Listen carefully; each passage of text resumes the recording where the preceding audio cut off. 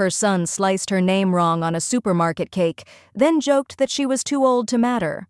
Margaret Hensley, retired professor and widow, blew out the candle without smiling. By sunrise, the original will was ash in the sink, the accounts locked, and his name erased from everything. She'd funded his life for 4 decades. Now she was funding strangers with futures. And when Eric came looking for what he was owed, he found out it no longer existed. We're about to begin, but if you'd like, share where you're joining from. It reminds me this story doesn't echo into silence. It lands somewhere real. Drop it in the comments and don't forget to subscribe.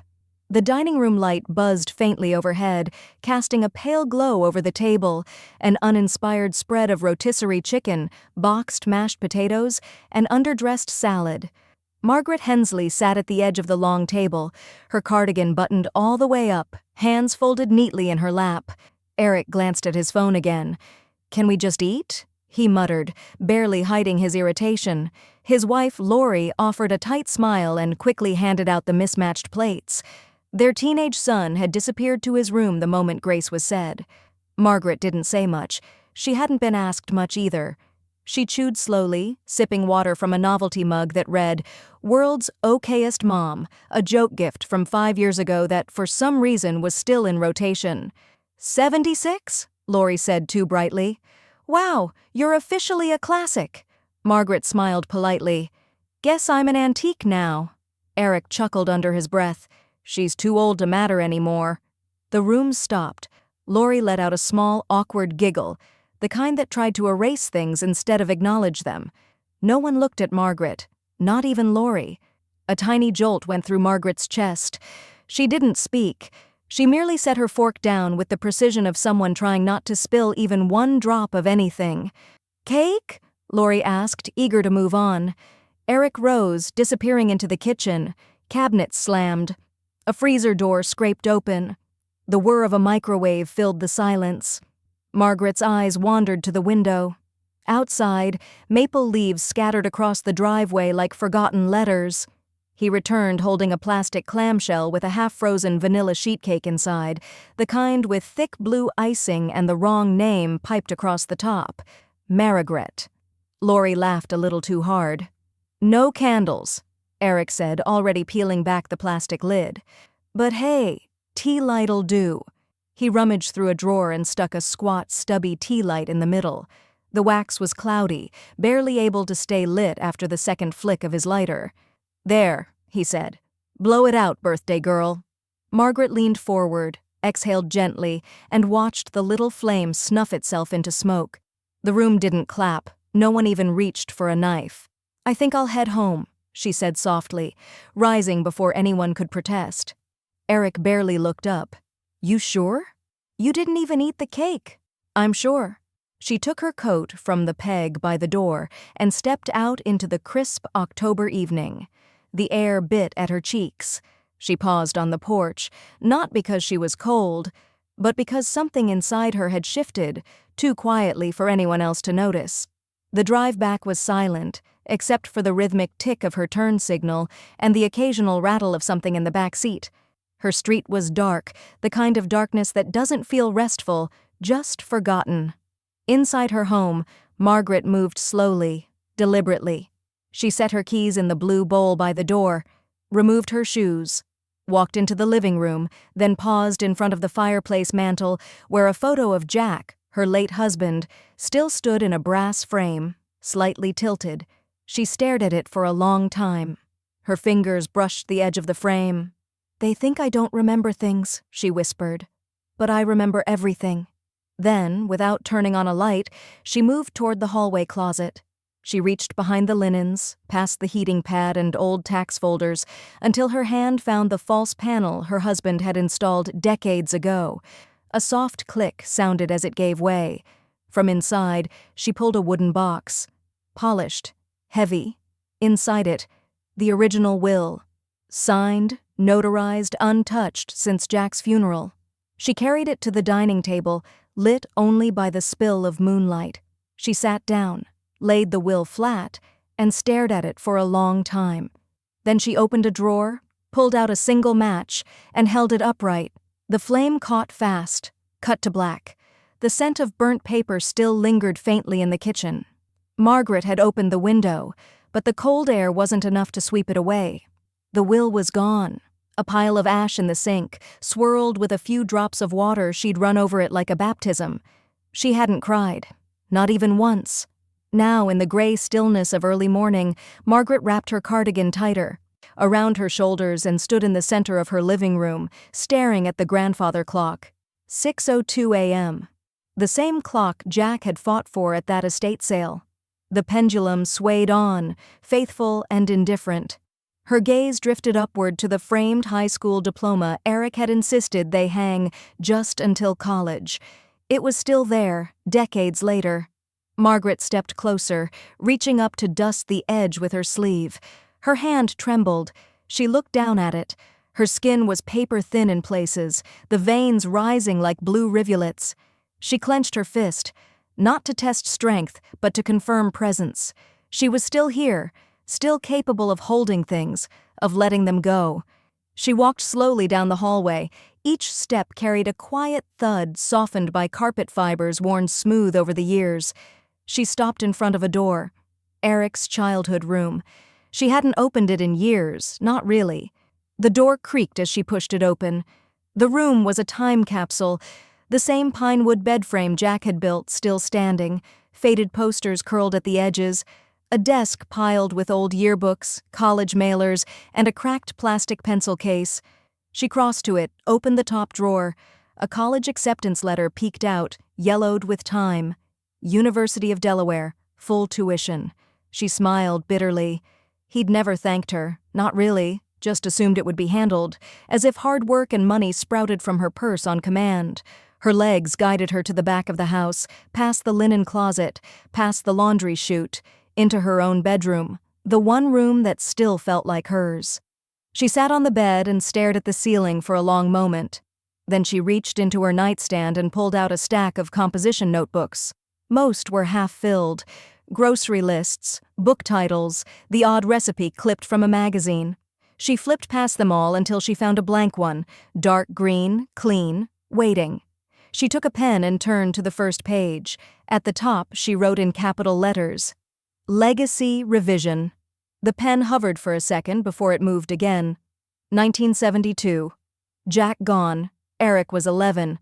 We had $1,402 in savings, paid off the mortgage in 1980, took on 3 tutoring jobs, wore the same coat for 9 winters, skipped 2 funerals to avoid plane fare, sent him to college without a single student loan.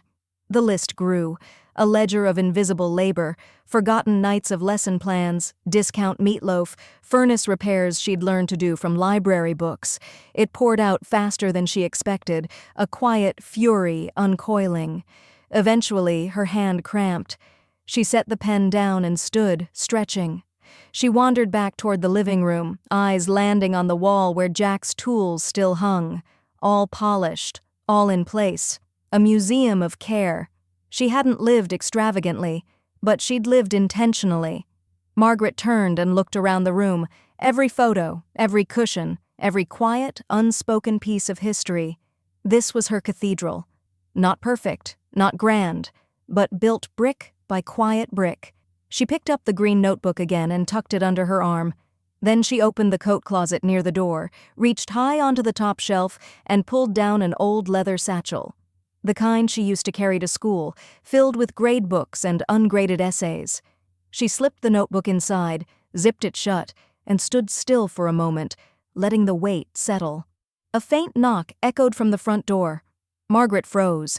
It was too early for mail, too late for neighbors. Her hand hesitated on the doorknob. Fade to black. The office was tucked behind a Pilates studio and a dry cleaner, the kind of building most people passed without noticing. The door had no name on it, just a brass number, 214. Margaret knocked once and pushed it open. The space was small, neat. Sunlight filtered through vertical blinds, striping the beige carpet. A young woman stood from behind a desk, crisp navy blazer, low ponytail, and eyes that scanned with quiet precision. "Margaret Hensley?" she asked. Margaret nodded. "I'm Camille Brandt. Thanks for coming in." They shook hands. Camille's grip was firm but warm. Margaret liked that. "Sorry the office is so improvised," Camille said as they sat. "I just launched my own practice." Margaret gave a slight smile. "Everyone starts somewhere. I used to grade papers on a washing machine." Camille blinked, then grinned. "Touché." Margaret set her leather satchel on the floor and withdrew the green notebook. "I need help rewriting my estate, all of it." Camille opened a yellow legal pad. "Okay, is this a revision to an existing will?" "There was one," Margaret said. "It's no longer relevant." Camille raised an eyebrow but didn't press. "And what are we revising toward?" Margaret folded her hands, her fingers laced tightly. "I want to remove my son. Entirely." Camille's pen hovered. "That's a serious change." "I understand." Camille leaned forward slightly. "Can I ask, are you doing this out of anger?" Margaret didn't flinch. "Number, I'm doing it out of clarity." The young attorney nodded slowly, her posture shifting from caution to respect. "Understood. Do you have someone else in mind as a beneficiary?" "I want to establish a donor-advised fund," Margaret said. "Specifically for education, scholarships for students who don't have fallback plans, the way I didn't." Camille's eyes lit up slightly. "You're thinking of a foundation?" "I'm thinking of something that lasts longer than my last name." They worked through the logistics. Camille's questions were sharp, efficient. Margaret answered them all without hesitation. Bank accounts, property, her pension, her car. Every detail catalogued without sentiment, just facts. When they reached the part about Eric, Camille hesitated. "Do you want to leave a token amount to avoid contest?" "No," Margaret said firmly. "Let him contest if he wants. I'll be gone, but what I built won't be." Camille looked down, then back up. "You're very clear-headed about all this." "I've had a long time to become clear." Silence settled between them, not awkward, just thick with implication. Camille finally pulled out a draft packet, crisp, unblemished, waiting for ink. "This is a template. I'll fill in the details based on today. You'll review everything before signing, of course." Margaret nodded, then reached into her bag again. She pulled out an envelope, slightly worn, edges softened by time. "I brought this too." Camille opened it carefully. Inside was a letter, typed on old-school linen paper, folded into thirds. A brass paperweight slipped out with it, a heavy one, etched with the words, "Knowledge is the real inheritance." Camille read the letter silently. Her eyebrows twitched upward midway through, but she said nothing. "You wrote this?" she asked finally. "Years ago," Margaret said. "It was meant for a scholarship essay. I never sent it." Camille ran her fingers over the embossed header. "It's beautiful. Use it in the fund's materials if you want. Let them know who it's for." Camille placed the letter beside the legal pad, then held the paperweight up for a moment, letting the light catch it. "I think we're going to build something meaningful here, Margaret." "I know we are." Camille smiled, then reached into a drawer and pulled out a slim folder. "I'll need signatures soon, but for now, let's just call this the start of something clean." As Margaret stood to leave, her phone buzzed in her purse. One new voicemail, no name, just a number. Her hand hovered but didn't reach for it. She stepped outside into the late afternoon. The wind had picked up. Across the street, a bus screeched to a halt. Inside, high schoolers piled off, laughing and shoving backpacks. Margaret watched them for a long beat, then whispered to no one, "I hope one of you gets everything he took for granted." Eric stood at the kitchen island, stirring a protein shake with far more force than necessary. "Seriously, what's up with Mom lately?" Lori, half listening as she folded laundry on the couch, didn't look up. "What do you mean?" "She canceled the Verizon payment. I got the alert yesterday, and she didn't refill the fuel card this week either." "Maybe she forgot." Eric scoffed. "She's not the forgetting type. She's the spreadsheet and post-it notes type. This is intentional." Lori shrugged, pulling a towel into a tight roll. "Maybe she's just tired of paying for a 44-year-old man's gas." Eric slammed the shaker onto the counter. "Wow. Thanks for the support." Lori flinched slightly but kept folding. Up the road, Margaret was locking her front door behind her, coat already buttoned. She didn't need groceries, not really, but she needed to move, to walk among people, to stay alert. Her body was aging, she felt it now in the ache of her knees, but her mind was more alive than it had been in years. She drove herself to the grocery store, the one on the corner with faded window decals and the aisles that never quite made sense. Inside, she moved slowly but deliberately, past the cereal she didn't eat and the snacks she no longer bought. She paused in the baking aisle, running her hand over the boxed cake mixes, red velvet, marble, lemon. All cheap, all familiar. Near the checkout, she noticed the cashier. Young, no older than 20, belly round beneath her oversized hoodie. Her name tag read Janelle in fading marker. She looked exhausted, the kind of tired that seeps through your spine and out your eyelids. The girl struggled to reach beneath the counter, wincing slightly. Margaret stepped forward. "Let me get that." Janelle blinked in surprise. "Oh, thanks." Their eyes met. Margaret saw something flicker there. Fear mixed with fierce pride. She recognized it. "Long shift?" Margaret asked. "Double," Janelle said, trying to catch up on some stuff. Margaret nodded. She didn't push. A manager appeared, holding a plastic tote filled with small toys and clothes. "Hey, Janelle, this layaway's still unpaid. It's past the deadline." Janelle froze. "That's mine. I just need till Friday." The manager sighed. "Corporate's cracking down. If it's not paid today, it gets restocked." The manager walked off. Janelle looked down, biting her lip, and said nothing. Margaret turned away quietly. She didn't say a word. Just headed to customer service, filled out a form, and slid her card across the counter. "Which layaway?" the clerk asked. "Janelle's," Margaret said. "Keep it anonymous." The total wasn't much. Margaret had spent more on nothing dozens of times before, but this wasn't nothing. Later, at home, she sat in the same spot at her dining table where the ashes of Jack's will had rested days earlier. She pulled the green notebook from her bag and flipped to a new page. At the top, she wrote, "Actual legacy" below it. She taped the folded receipt, her name carefully blacked out. She stared at it for a long time, then slowly turned the page and left it blank. For now. The next morning, her phone buzzed on the counter. A message lit up. "Eric Hensley. Did you cancel my AAA too? What the hell is going on?" Margaret didn't reply. Instead, she clicked over to voicemail. The missed call from yesterday had left a message after all. She hadn't dared listen to it yet.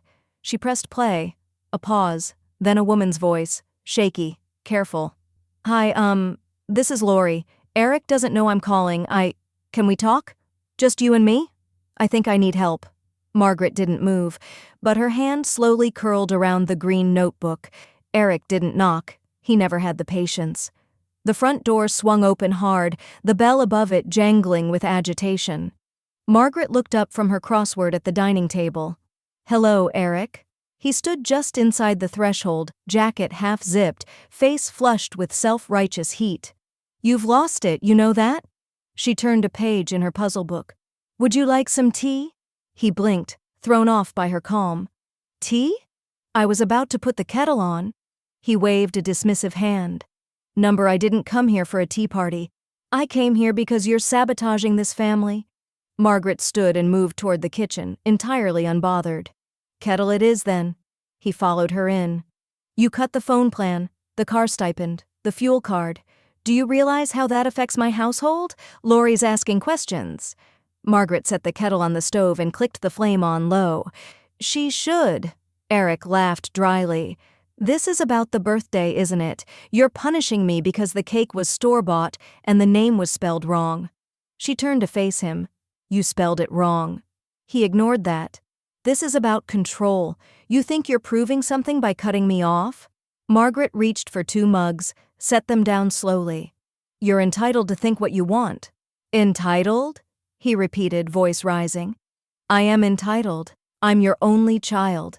Do you know what that means?" She stirred a spoonful of honey into her mug. "It used to mean something else. Now it mostly means noise." Eric's voice broke into a shout. "You can't just erase me." Margaret finally looked him squarely in the eye. "You've been erasing me for years." Silence. The kettle hadn't yet begun to sing, but the pressure in the room was already unbearable. He shook his head and stepped back.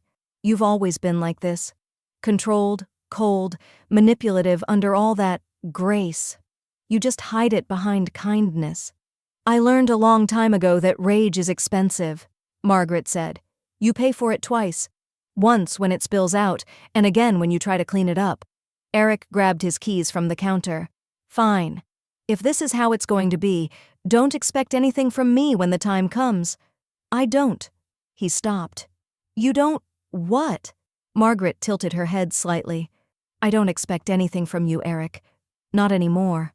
He stared at her for a long moment, searching her face for the mother he thought he knew, or maybe hoped she still was, but all he saw was someone unflinching, unreachable. He turned and slammed the door behind him so hard that one of the framed photos on the hallway wall tilted sideways. The kettle began to hiss. Margaret didn't move toward it. She simply walked to the phone, dialed Camille's number from memory. Camille picked up on the second ring. Hello? Move up the transfer date, Margaret said. Don't wait. Not even the week. Camille didn't ask why. I'll file it tonight. Margaret ended the call, then finally turned off the stove. She poured herself a cup of tea and sat down at the table again. The steam curled upward, catching in the morning light like something alive. A few minutes later, her cell phone buzzed again. A new voicemail. She almost deleted it without listening.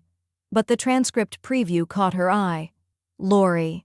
I know I probably shouldn't say this, but I'm scared of him, Margaret, and honestly, I think I've always respected you more than I've ever trusted him. Margaret pressed the phone against her chest, not in grief, in confirmation. The coffee shop was the kind with uneven floorboards and antique chairs that creaked just enough to remind you were sitting in something older than you. Margaret chose a table near the window, not for the view, but for the escape route. Lori arrived 7 minutes late. She spotted Margaret immediately and approached with hesitation, like a student called to the front of the class, unsure if it was for a gold star or detention. Thanks for meeting me, Lori said, slipping into the seat across from her. Margaret gave a faint nod. She held her tea with both hands, letting the warmth anchor her. You said it was important. Lori exhaled like she'd been holding her breath for months. I don't really know where to start. Margaret sipped her tea. Then start badly. Just start honestly. That stopped Lori. Her eyes flicked up, then dropped to her lap. Eric's not easy. You know that. I know many things, Margaret said, not unkindly. Lori twisted her wedding band around her finger. He gets mean when things don't go his way. Blames me. Then blames you. Then just spirals. Margaret stayed quiet. It started with little things, comments, passive stuff, then yelling, controlling the accounts, the car, the thermostat for God's sake. I haven't had access to our savings account in over a year. And you stayed. I thought it was stress. Or temporary. He was laid off for a while and… Margaret raised an eyebrow. You didn't call me to justify him, Lori. Lori's throat bobbed. Number I didn't. The server approached. Lori ordered a coffee and declined the pastry menu without looking. When they were alone again, she finally said it. I think I'm scared of him now. Margaret's spine stiffened, not with surprise, but with the weight of finally hearing it spoken aloud. I used to think you were cold, Lori admitted. Judgmental. Like you never wanted me around. You always looked at me like I didn't measure up. Margaret met her eyes. You didn't. Lori blinked. Then why help me? Because now, Margaret said carefully, I think you might be the only one in that house who still sees anything clearly. A beat passed between them. Slow, heavy, oddly tender. Margaret reached into her purse, pulled out a small envelope and slid it across the table. There's $500 in there. Cash. Lori stared at it, stunned. What's it for? For you, Margaret said. Not for him, not for bills. For something that belongs to you. I can't. You can, and you will, because I've watched you stand behind him for too long and I think it's time you take a step out. Lori's eyes brimmed. She didn't reach for the envelope. She just let it sit there between them like a truth that had finally been given shape. Margaret finished her tea in one smooth motion. You know, I spent a long time resenting you. I know, Lori whispered. But pain has a way of clarifying things. Margaret said. "And I think you and I might be on the same side now." Lori finally picked up the envelope. She held it with trembling fingers. "You're not the one who forgot how to care," she said softly. "He is." Margaret said nothing, but something behind her eyes shifted. Not forgiveness, not yet, but space for it. Lori stood slowly. "I won't tell him I saw you, and I'll understand if we never speak again. But, thank you." Margaret stayed seated, watching her walk out the door with her shoulders just a little higher than when she'd come in. The server returned with the check. Margaret reached for her wallet, but found her hand frozen above the green notebook tucked beside it. She opened to the page titled Actual Legacy and wrote a new line beneath the layaway receipt. "The first woman I ever gave money to without expecting her to return it." Then she turned to a fresh page. At the top she wrote, "Contingency, Lori." And underneath that, "Trust is not inherited. It's earned by breaking cycles." She stared at the ink until it dried. Then her phone buzzed again, this time with Camille's name. Margaret answered. "Tell me you've got good news." Camille's voice came through, urgent. "I do, but it's not about the money. It's about Eric. He's doing something." The campus hadn't changed much, except maybe the parking lot, now striped with charging stations and scattered with Teslas, but the red brick humanities building still leaned slightly at the foundation, the way it always had, as if tired from holding so many stories. Margaret walked its perimeter slowly, her shoes crunching against the early November leaves. She passed the faculty lot, the old chapel, the quad with its half-hearted sculpture of interpretive justice. It felt strange to be here with no papers to grade, no office hours to keep. Only memory and purpose. Her feet led her to the cafe tucked beneath the old library rotunda. She hadn't stepped inside since retirement. The bell above the door jingled softly. Indie folk music played through mounted speakers and the scent of cinnamon and strong espresso hit her instantly, almost enough to dissolve the chill in her bones. She stepped up to the counter. A young woman with cropped hair and a faded psychology department hoodie turned toward her, holding a rag in one hand and a chipped ceramic mug in the other. She stopped mid-step. "Wait!" the girl said, narrowing her eyes. "No way." Margaret raised an eyebrow. "Excuse me." "You're Professor Hensley," the girl said, a grin blooming across her face. "Margaret Hensley, American Lit, sophomore year. You taught Baldwin like it was gospel." Margaret blinked, caught off guard. "That was years ago." "I never forgot it," the girl said. "You made us read our papers out loud, remember? Said if we couldn't say it with our chest, we didn't mean it." Margaret gave a soft, surprised laugh. "That does sound like me." "I'm Talia," the barista said. "Talia Rhodes. You probably don't remember." "I remember your annotated Fitzgerald essays, the only ones that didn't make me regret assigning The Great Gatsby." Talia lit up. "God, I can't believe you remember that." Margaret smiled faintly.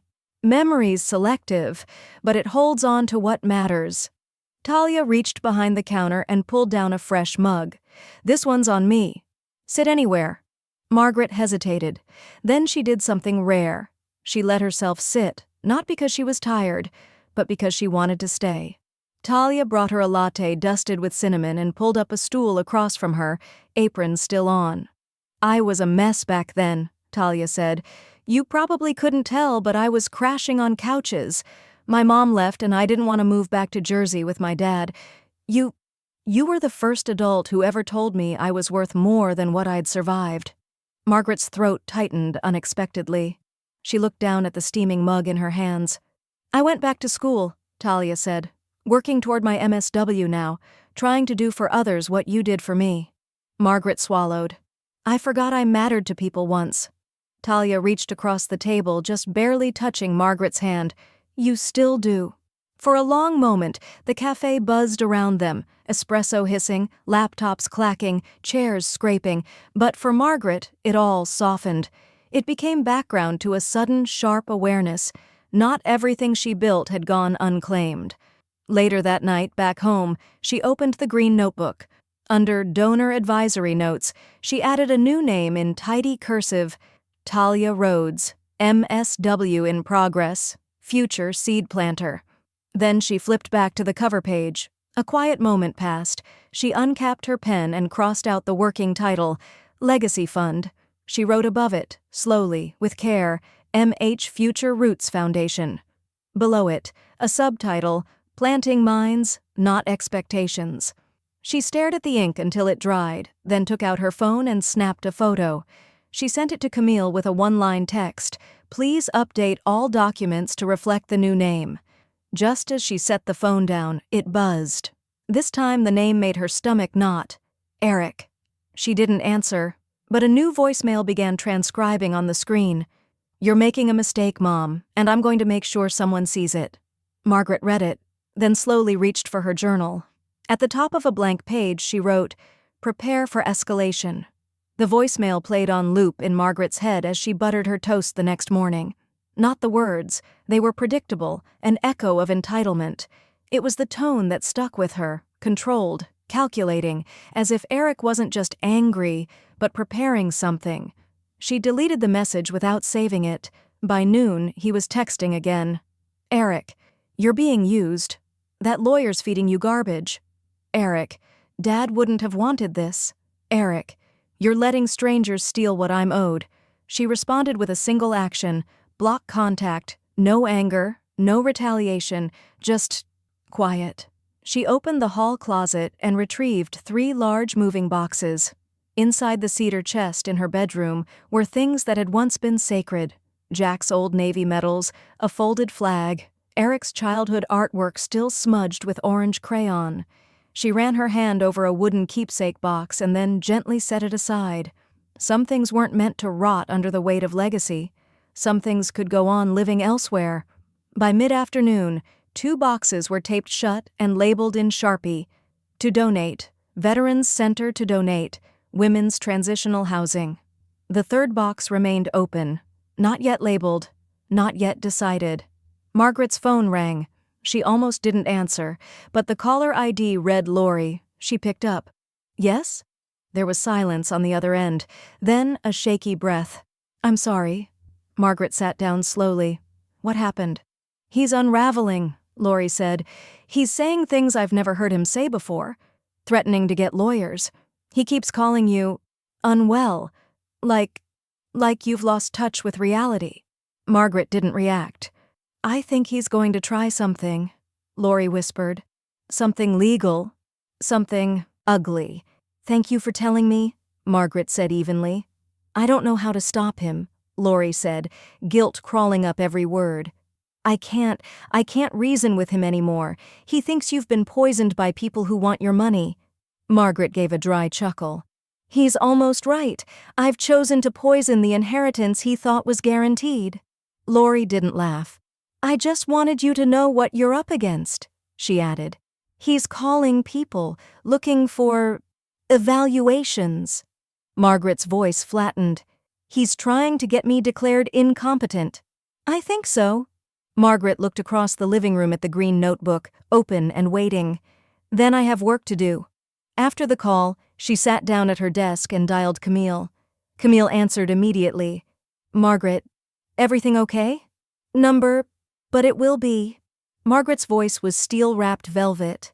"We need to accelerate the disbursement timeline." Camille didn't hesitate. "How soon?" "Immediately. Before he finds anyone willing to play along with whatever game he's planning." Camille tapped keys in the background. "Good thing we've already drafted the protective clauses. I'll escalate the process through the Foundation's legal buffer. That should make everything harder to contest." "Harder," Margaret echoed. "Not impossible." "No, but we've structured things in layers. He'd need to challenge multiple entities, not just your personal capacity." Margaret nodded as if Camille could see her. "I want the rest of the assets formally separated from my name by end of month." "That's fast," Camille said, "but doable. You may need to complete a voluntary fitness evaluation to reinforce things if he pushes for guardianship proceedings." Margaret stood and walked to her mirror. She looked at herself, straightened her spine, brushed her hair back. "Schedule it." Camille paused. "You're not worried?" "I'm tired of being underestimated," Margaret said. "Let him try." Camille exhaled, half a laugh. "Remind me never to cross you." "You're not my son," Margaret said dryly. "That helps." They hung up. She returned to the open donation box and picked up the third photo album, one Eric had gifted her for her 60th birthday. Half the pages were blank. The first page showed a younger Margaret holding baby Eric in her arms, her eyes lit with a tired but determined warmth. She stared at it for a long beat. Then she tore it out. Quietly, carefully, she slid it into the third box and sealed the top shut. She labeled it, "To be forgotten." Her phone buzzed again. This time it was Camille, a text. "Camille. He just filed an informal inquiry with Adult Protective Services. He's going after your mental capacity. It's real now." Margaret stood still in her living room, surrounded by the fragments of a life she was curating for strangers, not family. She didn't cry. She reached for her green notebook and opened to a new page. At the top, she wrote, "War declared." The waiting room smelled faintly of antiseptic and mint tea. Margaret sat upright in the leather chair, legs crossed at the ankle, hands folded in her lap. She wore her favorite coat, not flashy, just smart. Slate gray wool, single-breasted with firm shoulders. Authority without vanity. Across from her, a receptionist glanced up. "Ms. Hensley?" Margaret rose without hesitation. "Yes." A man in his 60s, thin and neatly pressed, extended his hand. "Dr. Rabin. Neuropsychology. Thank you for coming in voluntarily." "I prefer to control the narrative," Margaret said, shaking his hand. Her grip was firm. "That's not a condition. That's a choice." Dr. Rabin smiled. "You and I are going to get along just fine." The evaluation took over 2 hours. He asked her to recall series of numbers backward, interpret proverbs, draw overlapping shapes. There was a digital memory test, a short essay prompt, and a deeply personal question about fear. Margaret passed each one without hesitation, not because she was performing, but because she knew who she was, and wasn't afraid of proving it. At the end, Dr. Rabin flipped through his clipboard and nodded appreciatively. "Frankly, Ms. Hensley, I've evaluated professionals decades younger who didn't demonstrate this level of clarity or composure." Margaret tilted her head. "Should I be insulted or proud?" "Empowered," he said with a soft chuckle. "I'll send the full report to your attorney. But I'll say this now. No one who reads it will question your mental fitness." She smiled faintly. "Good. Because I have no time left to waste on being doubted." 3 days later, Camille called. "We're clear. The report is airtight." Margaret had expected relief, but what she felt instead was a strange, new permission, not just to defend herself, but to speak. "Camille," she said, "I want to go on record. Publicly." There was a pause on the line. "You mean, like a press statement?" "No," Margaret replied. "Like a story, my voice, my terms." Camille exhaled slowly. "I know a podcast producer. She's legit. Senior Care and Elder Rights series, no fluff, no pity. Book it." They recorded in a modest studio tucked behind a library in Center City. The producer, a sharp woman named Becca with silver braids and a voice that could soothe storms, asked only one thing. "Don't hold back. People don't need perfection. They need truth." Margaret took a breath, then told it all. Not Eric's cruelty, not directly, but the entitlement, the erasure, the slow-motion betrayal of a woman mistaken for weak because she spoke softly and gave generously, because she dared to age without apology. Becca leaned in toward the mic during the outro. "This," she said, "has been Rooted Voices. I've had the honor of sitting across from Margaret Hensley, retired educator, mother, founder of the MH Future Roots Foundation, and frankly the woman who buried entitlement with silence." Margaret smiled, not for the microphone, for herself. The episode aired 2 weeks later. It was downloaded over 80,000 times in the first 48 hours. Eric heard it through a coworker. At first he laughed. Of course she'd make it about herself. Then he listened. All the way through. He heard the line about planting mines instead of expectations. He heard the host say, "She no longer leaves a will, she leaves roots." He heard Margaret say, calmly, "I gave everything I had, but I will no longer fund delusions." When it ended, he sat in silence in his parked car, eyes fixed on the steering wheel. Then he punched the dashboard, once hard, splitting the vinyl near the vent. Margaret was folding laundry when her phone buzzed again. An unknown number. She let it go to voicemail. Later, she checked the transcript. Eric, you've humiliated me. You don't get to do that. You don't get to erase your son in public. This isn't over, Mom. Not even close. She deleted it. Then she opened her notebook.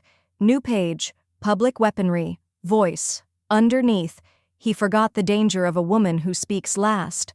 A knock came at the door. Not forceful. Measured. Margaret walked to it, notebook still in hand. She opened it slowly. A man in a gray suit stood outside, holding a clipboard. Ms. Hensley, I'm with Adult Protective Services. I'd like to ask you a few questions. Margaret didn't flinch. She stepped aside and gestured him in. Of course, she said, but you should know, I've already passed the test. Margaret didn't sleep the night after the visit from Adult Protective Services, not out of fear, but out of vigilance. She sat in her armchair with the lamp on low, sipping chamomile, watching the cursor blink on her laptop like a warning light. She'd always been careful with her digital presence, taught her students to think twice before they posted, shared, or clicked. But now she thought like a woman under siege. By dawn, she had reset every password, banking, utilities, email, the My Medicare login. She enabled two-factor authentication. She deleted old contact info from autofill, cleared cookies, changed her Apple ID. Next, she opened her account dashboards and systematically revoked access, old shared folders, former joint permissions, even emergency contacts from a decade ago. She paused when she reached Eric's name. He was still listed as a backup for her health proxy. She hovered over it for a beat, then deleted it. By 8 a.m., Camille called. I just got confirmation from the trust bank. All funds are officially transferred into the foundation, fully sealed. Irrevocable, Margaret exhaled, a long, slow release she didn't know she'd been holding. Good, she said. I'm almost done here too. Camille's voice softened. Are you okay? I'm organized, Margaret replied. That's close enough. After they hung up, Margaret opened her legal file, one of the few things still neatly arranged in the living room drawer. She flipped to the section labeled Property Titles. There it was, the deed to her home, the address she'd lived at for 41 years, the one she'd kept even when things got tight, even when Jack died, even when Eric moved out and never looked back. She stared at it, then picked up the pen. The notary came that afternoon, a neutral woman in scrubs who did mobile signings between hospice shifts. She didn't ask questions. Margaret liked that. With practiced hands, she walked Margaret through the transfer of deed. The home would now belong to the MH Future Roots Foundation, protected under its asset clause, legally untouchable without unanimous trustee consent. It took 7 signatures, 3 initials, 1 final confirmation. Margaret signed them all. At the end, the notary stamped the last page with a quiet, resolute thwack. That's it, she said. You're officially a tenant in trust. Margaret almost laughed. I suppose I always was, just didn't know it. She moved out that weekend, not with ceremony, just 2 suitcases and a banker's box filled with documents, journals, and 1 worn leather photo album. The senior co-op was only 15 minutes away, modest, charming, lined with rose bushes that had clearly survived decades of weather. Her new unit faced west. The windows caught the golden hour just right. The hallway was quiet, but not lifeless. Someone was playing piano softly from the common room, an old jazz standard humming under the sound of Margaret's shoes on polished linoleum. The building manager, Patrice, greeted her with a laminated welcome packet and a shy smile. We don't get many professors in here, she said. Margaret gave a small shrug. We age just like everyone else. Inside her apartment, the walls were blank, and the air smelled of fresh paint. But it didn't feel sterile. It felt like an exhale. She unpacked methodically. First the notebooks, then the green file labeled Endgame, then the brass paperweight she now kept by her bed. On the desk sat her newest journal. She opened to a clean page and wrote, New address, untraceable by blood, fully visible by impact. She set the pen down, walked to the kitchen, and brewed a fresh cup of coffee.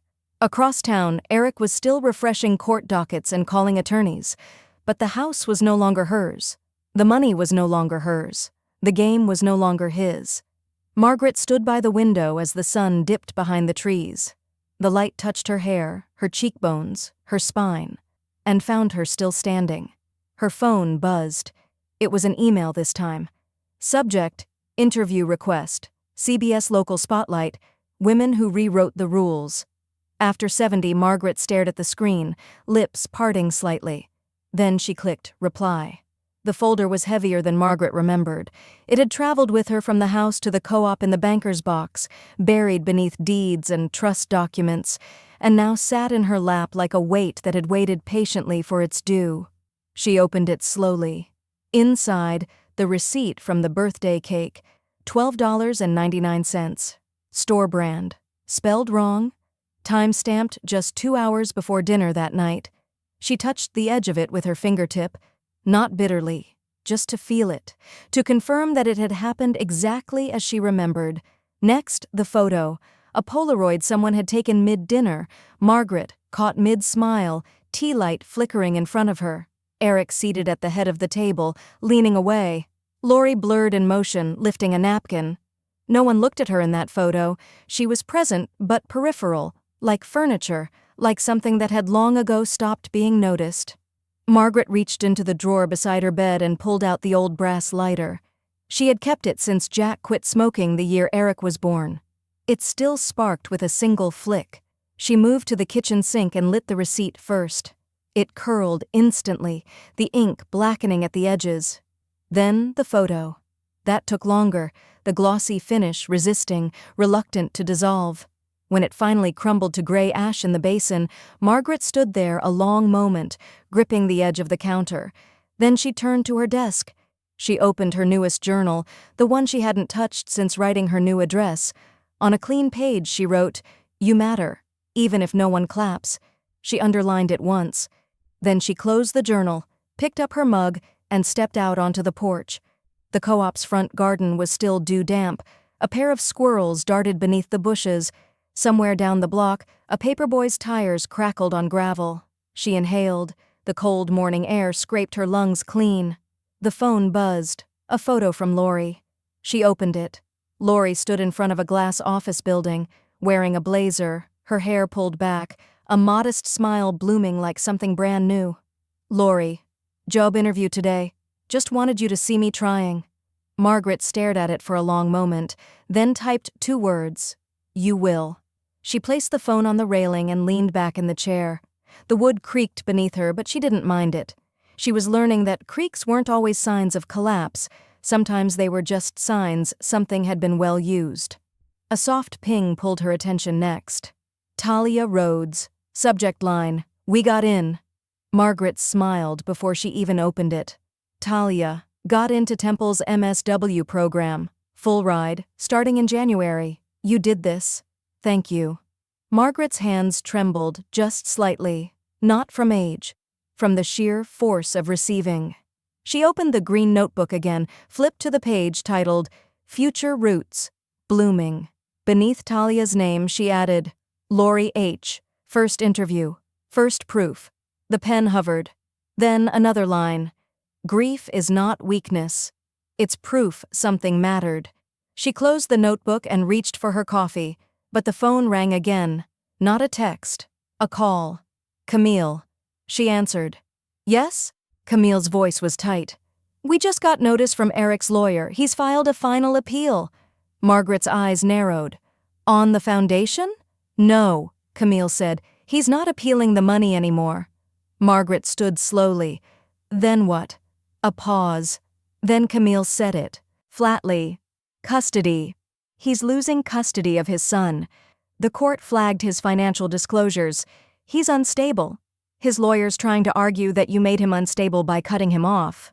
Margaret's lips parted. "He's using a child now." "They want a character affidavit from you?" Camille added.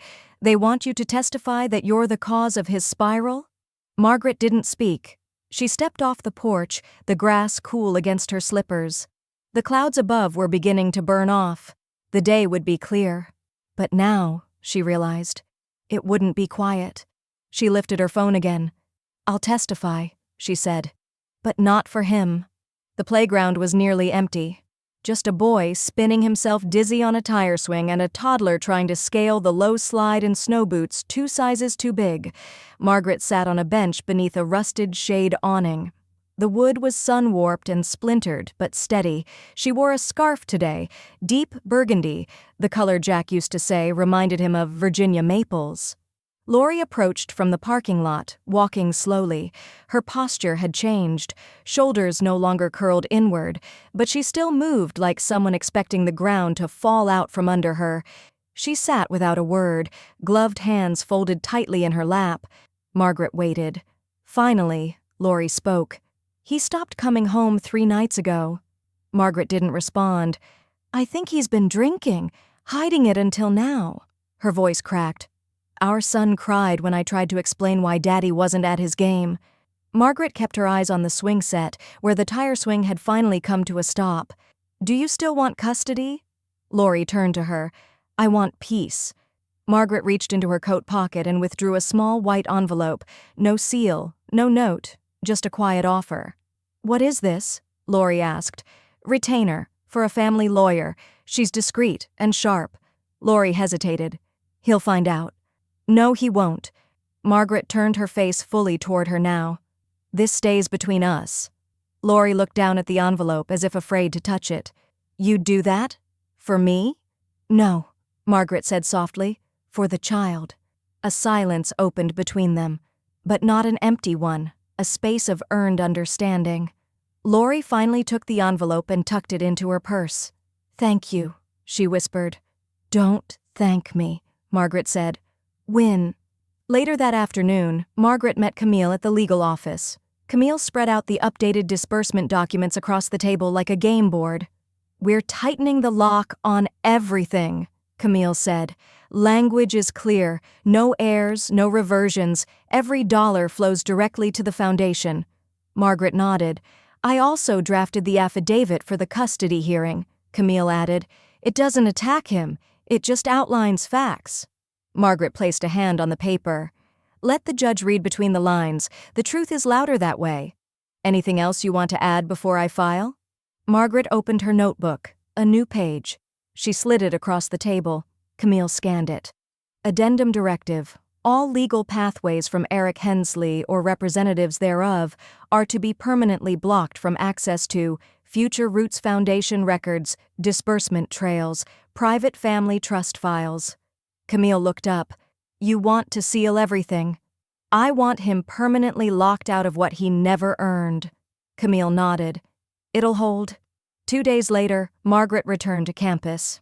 Not to teach, not even to reminisce, just to close the circle. The college auditorium was small but full. Rows of former faculty, students, and administrators sat politely as a junior dean took the podium and cleared his throat. "Today," he said, "we honor a legacy not just of education, but of quiet revolution." A projection flickered to life behind him. Photos of Margaret in black and white classrooms, grading papers in yellow-tinted staff rooms, speaking at assemblies long since forgotten. "We name her today Mentor Emeritus, not simply for service, but for seismic impact." The audience clapped, not politely but fully. Margaret didn't rise for a bow. She sat still in the front row, hands clasped, eyes glistening. After the ceremony, a young woman approached her with a nervous smile and a manila folder. "I'm applying to the Future Roots Scholarship," she said. "I just wanted to say, thank you for making space for girls like me." Margaret smiled gently. "Space was always there. You're just the one walking into it." The girl beamed, then disappeared into the crowd. As Margaret turned to leave, Camille caught up beside her. "It's all filed," she said. "Lori has full legal support. The affidavit landed. Eric's motion was denied." Margaret blinked. "So, it's done. Unless he wants to appeal God," Camille said. "Yes, it's done." Margaret stepped outside into the late autumn air. A breeze swept leaves across the sidewalk like a shuffle of old regrets. She watched them scatter. Then her phone buzzed again. An email. Subject, final notification. Cust. Odie transfer hearing complete. She didn't open it. She just tucked the phone into her coat, walked across the quad, and disappeared into the amber light of early dusk. Margaret sat at her desk in the quiet co-op apartment, the same way she had for decades, back straight, feet grounded, the day's first light pouring in through sheer curtains. But this time she wasn't making a list or cataloging a transfer. She was writing a letter. The paper was cream linen stock, old-fashioned, the kind that demanded a deliberate pen. At the top she wrote simply, Eric. Then she paused. Not out of hesitation, but because there were no rehearsals for what came next. I've come to understand that grieving a person who is still alive may be the strangest kind of mourning. It is watching someone disassemble in front of you while insisting they're whole. I'm not writing this to repair anything. I'm writing this because silence no longer serves me either. There was a time I would have handed you everything. The house, the accounts, the air from my lungs if it would have helped you breathe. But you didn't want help. You wanted a mirror, one that only reflected your needs, not my boundaries. I shattered that mirror, not to hurt you, but to finally see myself again. She paused again, then set the pen down. She folded the letter once, then again, and tucked it inside an envelope with no address. She placed it at the back of her desk drawer, beside the green notebook. Then she grabbed her coat. The church basement was painted seafoam green and smelled faintly of lemon-scented mop water. A circle of metal folding chairs had already begun to fill when Margaret stepped inside. Some wore grief like a badge. Sunken shoulders, eyes rimmed in red. Others smiled a bit too wide, the way people do when they're afraid they might fall apart if they don't. She sat down quietly. No one pressed her to speak. When it came her turn, she offered just this. My name is Margaret. I'm grieving a son who still calls me Mom on government forms, but hasn't looked at me like one in years. There was silence, then slow nods. No one asked for more, and for once, that felt like enough. A week later, Margaret stood at the mic in the community room of the senior co-op, her green notebook in hand. The monthly Open Voices night had been on the bulletin board for months. She had always passed it by, but now she cleared her throat and read a single page aloud. You matter. Even if no one claps, even if your name disappears from checks and invitations and memory, you matter because you held the line when no one clapped, when no one called, when no one came back to say thank you. That is legacy. That is power. That is what a woman leaves behind when she decides she won't leave quietly. When she finished, she didn't look up right away. But when she did, the silence in the room had changed. A woman near the back was crying. A man in his 70s clutched his cane like it was keeping him upright. Another woman mouthed the words, "Thank you," without sound. Margaret stepped down, nodded once, and returned to her seat. No applause, just stillness. The kind that said, "We heard you." She walked home alone afterward, her scarf pulled tight against the wind, but her chest strangely warm. Outside her apartment door, a woman stood holding a bundle of books and a steaming travel mug. She was tall, maybe early 80s, with cheekbones like a stage performer and silver rings on every other finger. You're Margaret, right? Margaret smiled faintly. I am. I'm Evelyn. Apartment 2C. I was a jazz singer once. Don't ask how long ago. Margaret chuckled. I won't. We have a book club, mostly fiction, occasionally bourbon, always real. Margaret tilted her head. That sounds like a risk. Everything worth doing is, Evelyn said, extending a copy of The Color Purple. Next meeting's Thursday, you in? Margaret looked down at the book, then at Evelyn, then nodded. I'm not old, she said. I'm just finished with pretending I still have to earn my place. Evelyn's grin stretched wide. Damn right. As they stepped inside together, the hallway light buzzed on, not with urgency, but welcome. The envelope arrived on a Tuesday. Thick, hand-addressed, postmarked from 4 different states. Margaret held it in her lap like a thing alive. The return address read only, Future Roots Scholars, Class of 2025. She opened it carefully, unfolding a dozen letters written in different pens, on different kinds of stationery, some lined, some floral, one on the back of an old menu. Each one was personal, none were performative. Ms. Hensley, I didn't think someone like me would matter to someone like you, but I promise you this, I will never waste what you saw in me. You made room where there was none. I'm going to make more. My mother cried when I showed her the scholarship letter. She said, "Someone finally saw your light. Thank you for holding the match." Margaret read each one in silence, then read them again. By the time she reached the last one, a short note scrawled in tight cursive that simply said, "You didn't just fund me. You proved I existed." Her hands were trembling. She pressed the letters flat and stacked them in the green notebook under a new heading, Growth Documented. She added no commentary. The letters spoke for themselves. That Friday, she walked the 3 blocks to the community library, bundled in her olive coat, hands tucked into fingerless gloves. A new display stood by the front entrance, just across from the seasonal reading table. At the center, a framed photo of Margaret from her early teaching years, leaning over a desk, eyes fierce with focus. Beneath it, in block letters, "A woman's worth isn't measured in inheritance. It's measured in impact. M.H." There was a pause in her step, then a breath. She blinked once, then again, and whispered softly, "I didn't fade away." A longer pause. "I transformed." Camille showed up later that afternoon, unannounced, carrying a small plant and a bottle of sparkling cider. "Is this allowed?" Margaret asked, eyeing the bottle. "It's elderberry and ginger." Camille grinned. "Technically medicinal." Margaret opened the door wider. "Then come in before we both catch our deaths." Camille placed the plant on the windowsill. "They gave me 2 weeks off, said I needed time after what they're now calling the Hensley case." Margaret raised an eyebrow. "Please tell me that's not what they're calling it internally." "Oh, definitely is. They use it in training now, how to handle a client who turns her estate into a barricade and wins." Margaret chuckled. "It wasn't a barricade. It was a blueprint." Camille stepped forward, and this time, without pretense, hugged her. A long one. The kind you give someone when blood has nothing to do with loyalty. "Thank you," she whispered. "For what?" "For showing me the long game matters." The call came just after sunset. Margaret was boiling water for tea when her phone buzzed with Laurie's name. She answered with a soft, "Hello?" Laurie's voice was steady. No panic, no tears. "He left." Margaret leaned against the counter.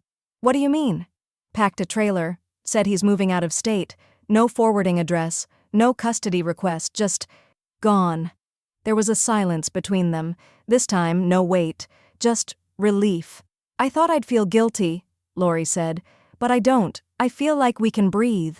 Margaret closed her eyes, her thumb brushing the smooth edge of the counter. "Then let him keep going," she said quietly. Laurie exhaled. "I will. We will." After she hung up, Margaret poured her tea, carried it to the desk, and opened her notebook one more time. New page. Chapter closed is not equal to heart closed. She underlined it once.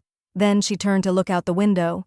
The garden lights flicked on across the co-op lawn, soft golden orbs bobbing in the breeze like promises made by those who once stayed too quiet. Behind her, the plant Camille had brought caught a sliver of light. Its first bloom had opened. Margaret smiled, and somewhere she felt the roots settle deeper.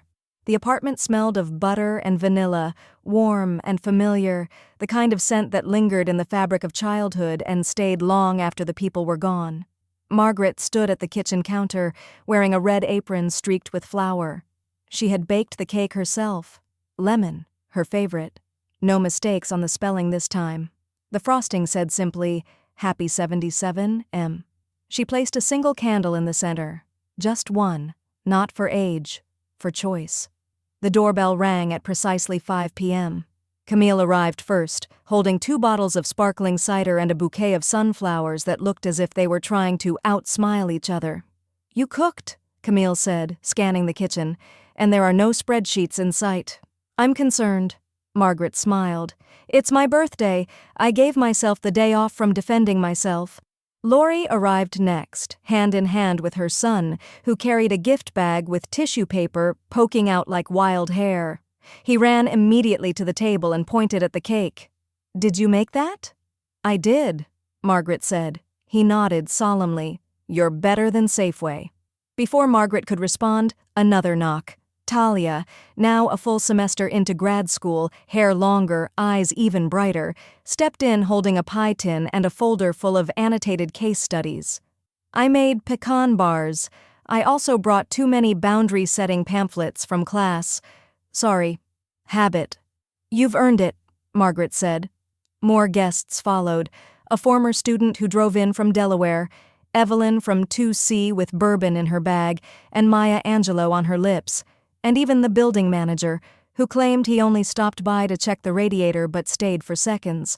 They gathered around the table, laughter folding in like warmth.